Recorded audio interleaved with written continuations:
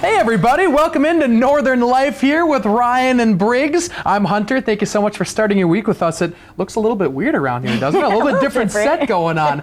We had some issues, technological issues with the set upstairs, so we're actually in our normal KBGR studio right now, but just kind of over in a separate section, just kind of hanging out here. I like that we tried to do the color thing in the background. Very key lime pie-esque. It makes me hungry I love almost. Key lime pie. Yeah, it looks amazing. Oh man, yeah, shout out to all our folks behind the scenes who helped us real quick get this in order so we could do the show today. So wouldn't be able to do it without them. Big surprise, big surprise. They walked in, they said we don't have it, and we're like, okay, well, what do we have? Yeah. So we have the awesome studio down here as well. You gotta so we're work with what excited you to have. rock and roll. We had too much awesome fun upstairs, so now we got to bring it downstairs. I'll also to be honest with you, a whole month without having any technical difficulties. So this is our first time having a technical difficulty. That's just not too you shabby. knocking down the easel that one time. There was only one thing, yes. That was operator error, unfortunately. So that's too bad. Small potatoes.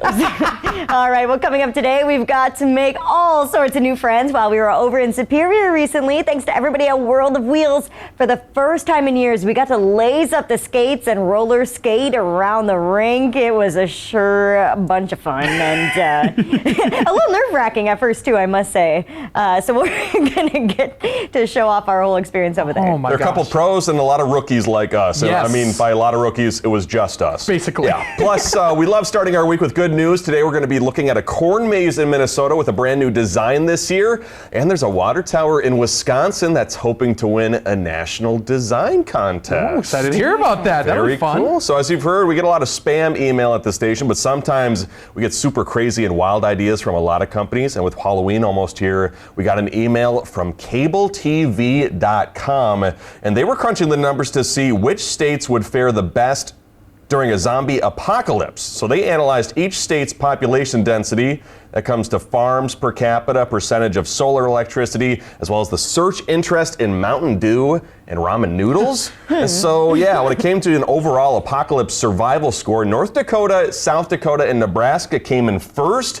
Meanwhile, New Jersey, Connecticut, and Rhode Island came in last. And then for our states, Minnesota got 12th, Wisconsin got 14th, and then Michigan actually came in at that 30th spot. Weird. What makes Minnesota like so middle of the pack, not such a great place for zombies? We're not, we need to boost up our numbers when it comes to searching Mountain Dew and ramen noodles. What is that? apparently. Is that what people eat during a apocalypse? That makes no I guess sense to me. it's food that can hang around for a long time Yeah. if you're stuck in your basement or something. I I don't don't know. know. When you're fighting off the zombies, I think you probably need a lot of Mountain Dew to, keep the energy up. Got to refuel now, yeah. Keep the spirits going. I would think it'd be more like the more rural places, like Alaska maybe would be the best place to be in a zombie apocalypse. I think they'd do fantastic, A lot of empty space up there, not a lot of zombies, hopefully. And apparently they're just going off of ramen. That makes no sense to me. Do zombies like water? I don't know. They probably don't fare well in water, I think. Obviously, Minnesota, Wisconsin got a lot of lakes. Yeah! So maybe the zombies are like, oh, That's we true. don't want to hang out there. We could get melted away. So I don't know. That might be Island witches. somewhere. Whatever you, Witches, Don't like water. Witches now that and it's about- zombies. Oh no. whatever you do, don't be on the East Coast when a zombie apocalypse happens, it sounds like. What happens on the East Coast? Rhode Island, Connecticut, and the other states were the last ones. The list. That makes sense. What we're just talking about, Hunter. I get it now.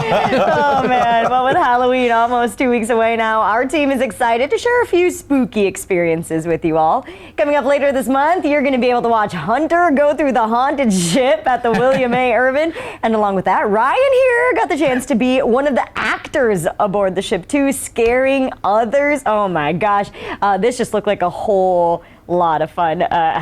Hunter, are you even a haunted house kind of guy? I Or, do. Like, what was your reaction to that? I love the haunted houses. I love doing those sort of things. I love scary things, scary movies, all that kind of stuff. It was unique going alone. I usually have a big group with me, so that part was kind of scary. You were reading, I don't know if you saw the picture down at the bottom there, Briggs, but it was me and Ryan doing the Titanic pose. Oh, I did not. I'll have to watch It was- the story. It was a thing of beauty is what it was. But it was scary. It was definitely scary, and and a lot of work goes into that sort of thing. So pretty impressive to see all the different things that they have set up for everybody. Did you call on some of your theater I experience for your did, but scaring? there are a lot of good actors out there, so they really stepped up and did a good job. So it was fun being a part of that group. Yeah. Man, well, if you are getting ready for trick-or-treaters to stop by your house this year, You might be running out of candy if you didn't stock up enough, but good news, M&M's has you covered with a new promotion. It's being called Halloween Rescue Squad. It'll be a service that promises to deliver free Mars candy to neighborhoods in under an hour if they think you might run out. That's crazy.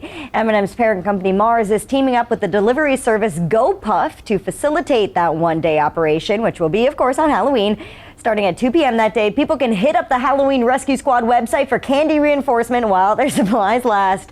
Sadly, though, you do have to live in a GoPuff delivery area, and unfortunately, we are not one of those. Ah, that's unfortunate. I'll tell you what, having the hour-and-a-half-long bus ride home, you'd be one of the late trick-or-treaters to start on Halloween. So a lot of times the houses ran out of candy or the houses were dark and we're like, oh no. So this is a great service to be helping out those people that run out of candy. Hunter McCullough endorsed. Exactly. I have my stamp of approval. I like gotta this bring thing. a GoPuff up to Brimson. Yeah. and even though we can't have those free candy reinforcements, we do know what candy our region loves to eat. According to the website Interbody Research, they came out with a report on the top candy in each state for this year. What they found was Minnesota absolutely loves Snickers. For Wisconsin, they can't get enough of Starburst. And for our Michigan viewers out there, your state is rolling with Kit Kats. Wow. And then as for the least favorite candy, kind of a wild choice. All three of our states' least favorite is Double Bubble Gum, which Checks I out, did yeah. not even consider to be a candy, though. That counts, I'd say. You know, double bubble gum. How do you say it? Double like who? that. Double bubble gum. That's hard to say, but I love that kind of candy. That was all good. I don't know. Bubble? Yeah, All the candy. all the candy involved. My yeah, least favorite, Almond Joys. those are the worst. Or Mary black Jane's licorice. in the- Black licorice. Yep. too. Yeah. Well, coming up, grab your skates and get ready to roll with us. We'll be back after the break.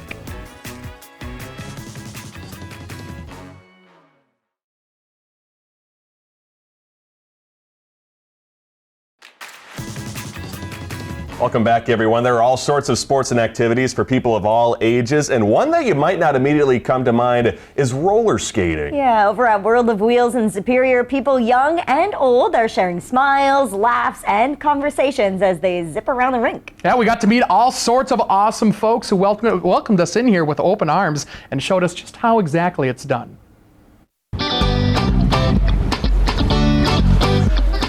Hopefully no broken bones. Yes. That's step one.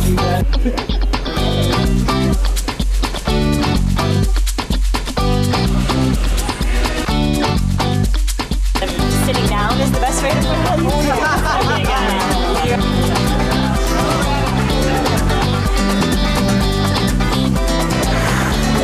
I'm sweating from putting the skates on. How's this gonna go? Look at that.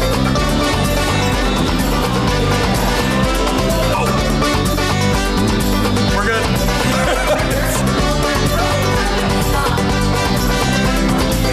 There's no way. I thought that, like a grocery store cart? No, it's not like that. These wheels are like stiff. Okay.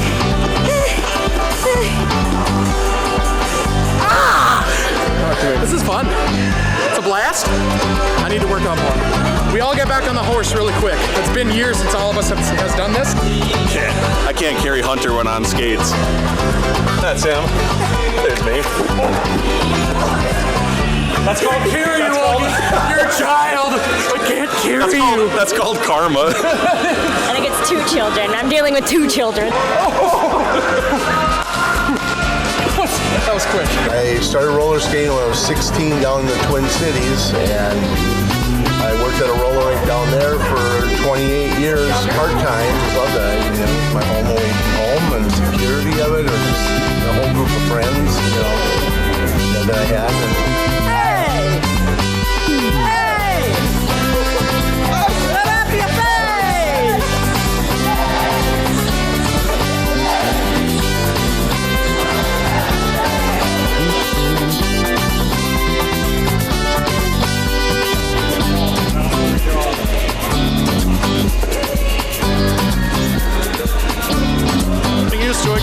Getting used to it. Don't know how to stop. Oh, we're getting used to it. I'm just glad I haven't hurt anybody.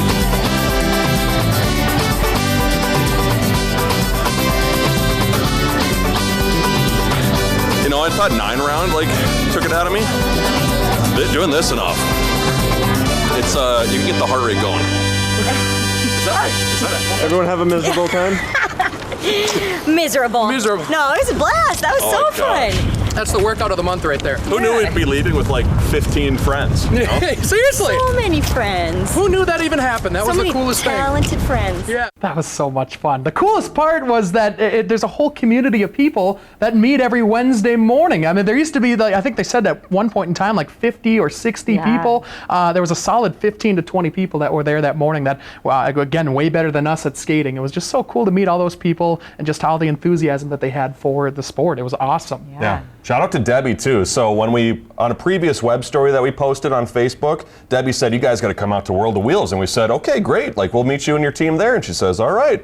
And then Debbie rolls in with how many, like 10, 15 people that every Wednesday morning they bring their brownies and cookies and have coffee and just have an absolute ball of a time. And they go 16 laps around, they said, is a mile. They said they go like a whole mile, have a little treat, and then maybe even get out and do a second mile too. I was so impressed. I don't know if you got to see it in the video, but there was a taller lady there, and she was very talented. She was doing some really cool, like almost like figure skating-esque sort of tricks. It was like roller skating Olympics out there watching that. Yeah. It was so impressive. Very impressive. And that song that they were singing at one point, oh my gosh, I loved that. They were surprised. They surprised us. They were like, you guys have to stay to watch our dance. And we were like, obviously, of course we do. we're going to. Yeah. And so, shut up your face was what they said in that video. It's now become a mainstay among us as Throughout well. the office, yes. Yep. It's like they said it was an Italian tradition, or some with someone with an Italian background would always play that song, and so everybody in the Superior area learned that song.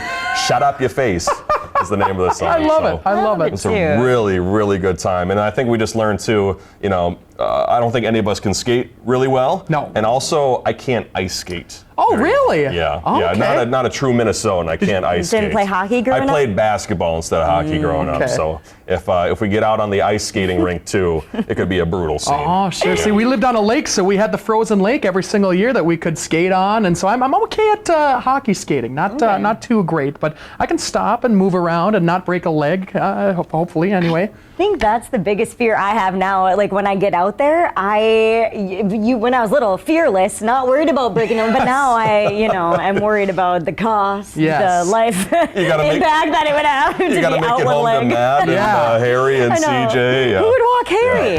Our frontal lobes have developed a little bit more, so we're good at thinking better.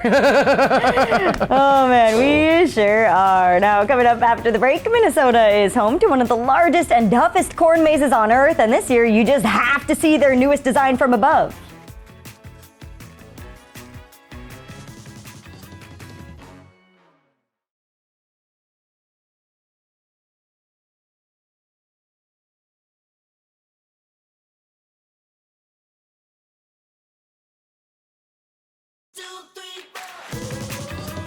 One of the largest and most intricate corn mazes in the entire country is right here in Minnesota. Super cool. Our Twin Cities affiliate takes us to Stony Brook Farms near Foley, Minnesota to show us how the maze gets a little more amazing every year.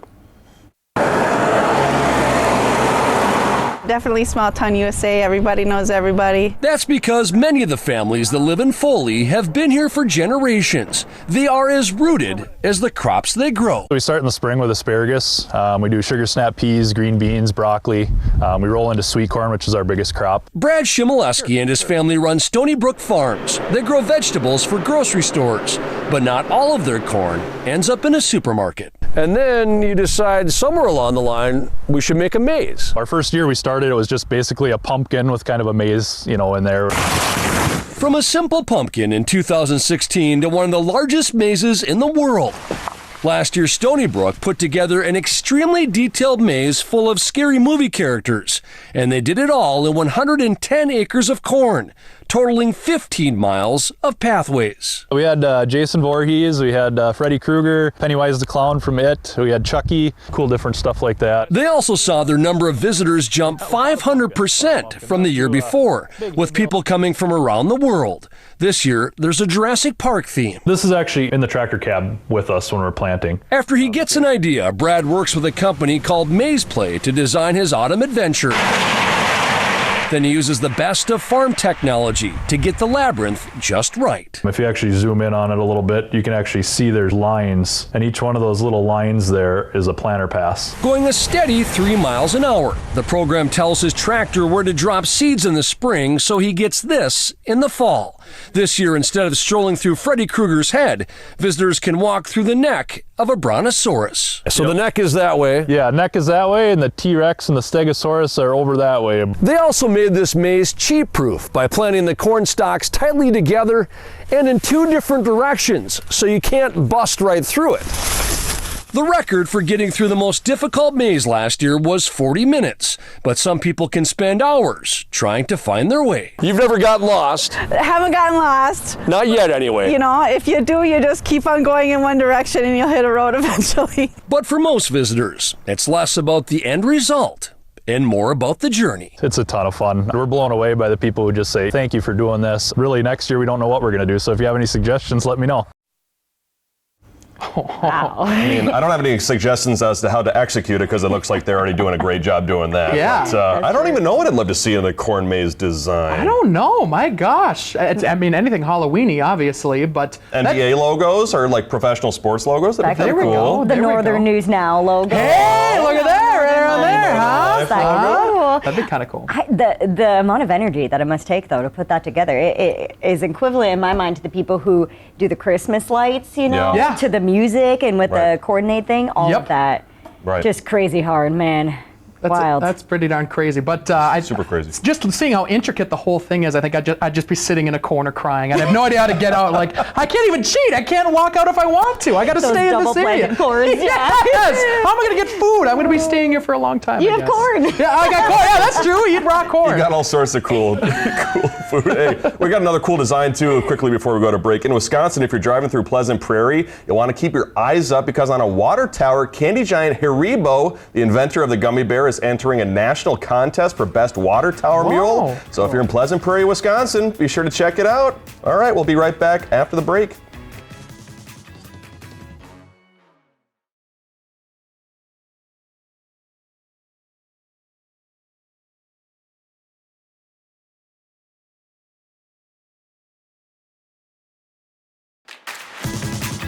Well, guys, we have another blindfold coming up tomorrow. We're going to have to talk more about it tomorrow because we don't want to give the whole surprise away. But I and Hunter got in the car, blindfolded with Ryan. He was, it was a Jesus take the wheel moment. Yeah, he drove us over for a fun activity. It was a great time. Yeah, we're hanging out in Superior again, you know, so we had a great time at World of Wheels. We're going to have a great time here. Yep. You're going to have to wait and see. Yeah, it was a lot of fun. Very interesting times. So it's always a hard day at work here when we have to go do mini golfing and all these other fun activities. It's life is good right now. Whenever I tell Matt, my husband, about what I did at work today, I always feel a little guilty. I'm like, well, I rode in a plane. I guess carved a pumpkin. That's coming up soon, too. Yeah, I guess I went out and roller skated. Yeah. You know, I had to do that. I think we've learned too that we've had a little, you know, we're all a little competitive when it comes to some activities we do too. That's true. Trying to see who wins. That's very true. So it's a fun thing to see what